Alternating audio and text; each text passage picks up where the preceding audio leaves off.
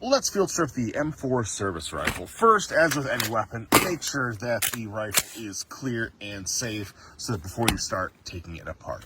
Then what you want to do is you want to look for these two pins right there. If you take out the rear pin, you just push it and then pop it there. It'll hinge open like a break action shotgun. If you take both out, the whole upper and receiver split off, and we can set that to the side. And then from here, flip it upside down, you have your charging handle, you pull on that, and the whole bolt carrier group will pop out along with the charging handle. And from here, this is now field stripped. If you are out in the field, if you are in patrol base doing weapons maintenance, you should not be disassembling the rifle any farther than this. From here, you can wipe everything down, you can blow out any dirt and debris that was infringing on the actual action. This is as far as you want to go, because when we start going any further, we get much smaller pieces that you will see, and that creates problems because they are very easy to lose. But if you are in a safe environment, you will go farther. So first thing you're going to do, we'll go over here. This is the buffer assembly. We want to take out the spring and the buffer. So what I usually do is push there. If you are worried about pinching your thumbnail, you can use this guy right here, but it's pretty easy to just pop it, and it just pops out, and you get your actual spring assembly that you can wipe down. Easy peasy. Oh, this is dirty. Someone should fix that. Then you have the bolt carrier group right here.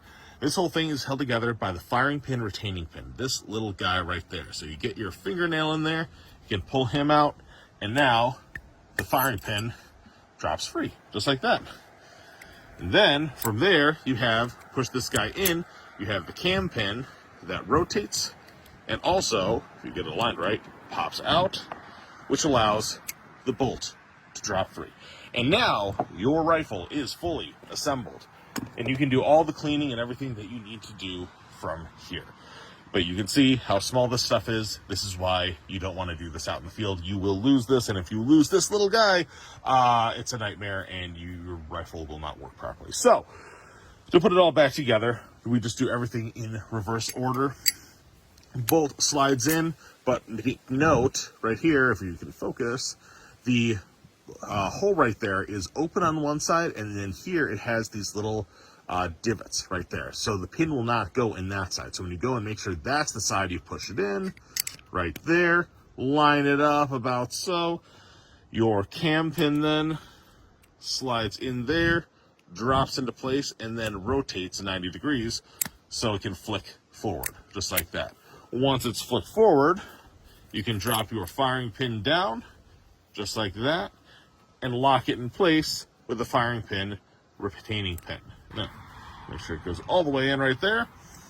And now you have your bolt carrier group. Over here, very simple. The spring just slides in, push, and then just pop it into place over that little retention pin right there. And now, take your upper receiver, flip it upside down. First thing, you take your charging handle. Charging handle slides in. You see those little notches right there? Matches up with those little tabs, and they will slide in. And now, charging handle is there. Take this guy and make sure that bolt is flicked out. Slide it in with the gas key set into the charging handle, and it will all slide in, just like that. So now, we can take our lower receiver, make sure those pins are flicked out, pop that into place. Ooh, doing this through my phone, just like that. And now pop, pop, and we have our fully assembled rifle ready to get back to work.